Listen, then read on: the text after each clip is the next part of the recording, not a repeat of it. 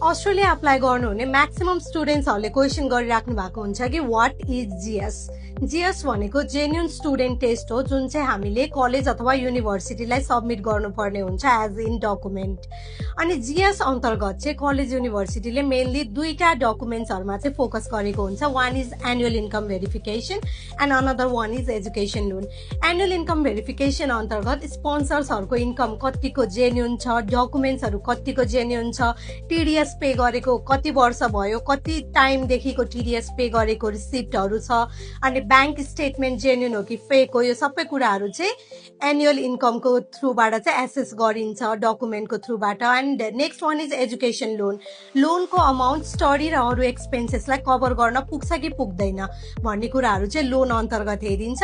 अनि यदि हजुरहरू bank statement देखाउँदै हुनुहुन्छ, ब्याङ्क ब्यालेन्स देखाउँदै हुनुहुन्छ भने कति टाइमदेखि ब्यालेन्स होल्ड भएको छ ब्याङ्कमा, त्यसको स्टेटमेन्ट, त्यो ब्यालेन्स कसरी आयो त, कहाँबाट आयो त, त्यसको सोर्सहरू सबै खुलाउनु पर्ने हुन्छ। यदि यो सबै डकुमेन्ट्सहरूको क्राइटेरिया हजुरहरू मिट गर्नुहुन्छ भने चाहिँ कलेज र युनिभर्सिटीहरूले हजुरको जीएस अप्रुभ गर्छ।